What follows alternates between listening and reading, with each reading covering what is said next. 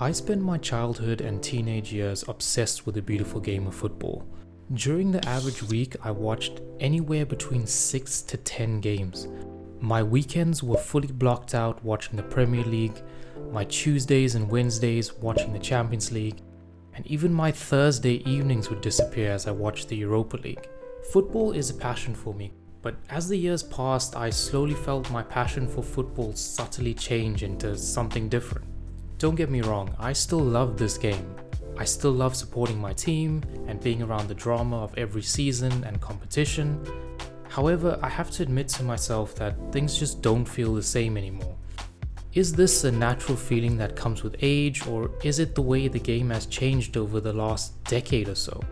This internal dialogue has me asking the question, why does modern football feel so different?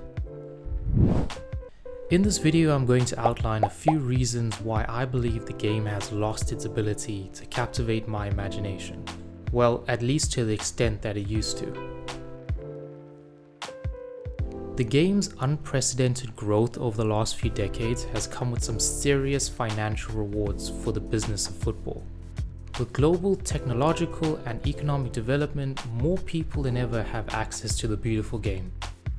With an increase in the amounts of people watching the games has also come with an incomprehensible amount of media coverage.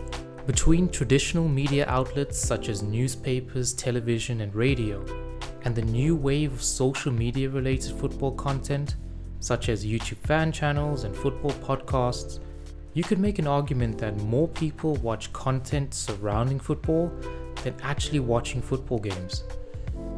Given the oversaturation of football-related content has come the need for media personalities to stand out amongst their competition. This has resulted in the introduction of some of the most low IQ arguments, clickbait nonsense, and some of the worst takes you have ever heard, all for the sake of attention. I don't need to ask you a question, just explain the reasoning behind that one, because Theo's face is a picture.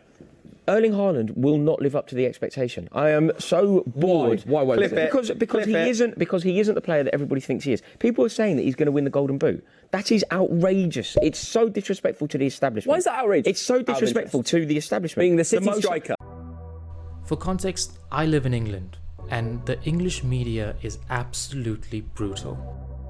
Relentless in their pursuit for a story, they do a great job of highlighting their own biases and secret agendas.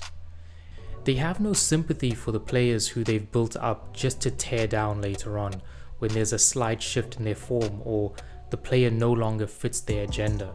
The consequence of this constant media scrutiny is how players are forced to change and adapt to the media in order to protect themselves, the club, and their personal brands. This leads me to my second point. With the unrelenting wave of press comes PR, or public relations. The football club isn't the only brand a player represents these days. The player now also represents their own personal brand.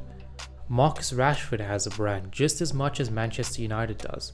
And it's the player's responsibility to protect the club's brand and their own brand at all cost, or risk affecting the most important thing in modern football. Here comes the money. Modern players at elite clubs always come with brand endorsements and sponsorships.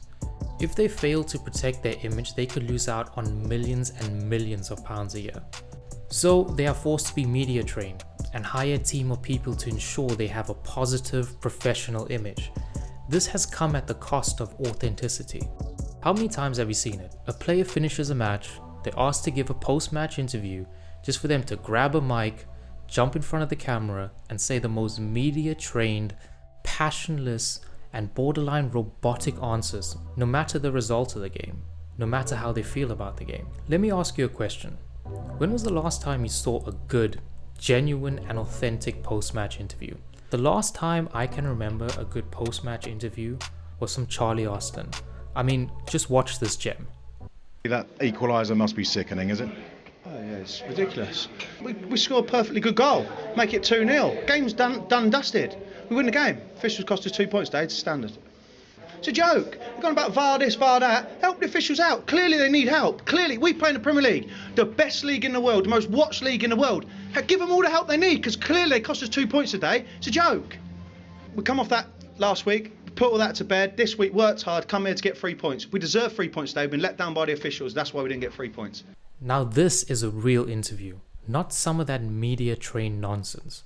And what makes these unauthentic PR attempts worse is the fact that we live in the social media age, where everyone has a camera in their pocket. With social media, we are seeing even more authentic glimpses into the lives of players, seeing them for what they are and who they really are, and not what they, or rather their PR teams, want you to think. Whether it's screenshots, video evidence, or paparazzi style pictures, we see the real you. So why do we as fans insist on lying to ourselves and believing this fake PR BS? I get why you hide behind a mask of crafted personality, but can we please just dial it back a bit? It's becoming increasingly harder to relate to and identify with players these days. Is this ability to gauge authenticity something that is developed with age, or am I just a massive pessimist that expects too much from players? Anyways, it must be said that the only time we're seeing authentic personalities and real opinions is when players have nothing to lose, such as when they retire from the game or need something to distinguish them from the other 2.5 dozen ex-footballers who all want to become media personalities and sports pundits. My point is this: you have earned more money in a calendar year than a family will earn in 2 generations. How much more could you possibly want? Surely you can afford to be your authentic self, so be brave enough to be disliked. I don't know if it's just me, but has anyone else noticed that there's a lack of shithousery based playstyles in the modern game? It seems more for criticism aimed towards Premier League teams, given this is the main competition that I watch. I miss when Premier League clubs had their own unique approaches to getting the most out of games. This new modern rendition of the game is something that all teams want to play. I miss when teams, or rather a handful of teams, presented unique challenges to the opposition. I miss the cold, rainy days in Stoke. It might just be me on this one, but playing these teams whose tactics were based around what I'd like to call bastardry is entertaining to watch. Let me see Bernardo Silva get a proper Brexit tackle or a long throw into the back post. These unique play styles and tactics added to the intrigue of the game. Each team represented their own unique set of challenges. However, now every team wants to play this dynamic, free-flowing football.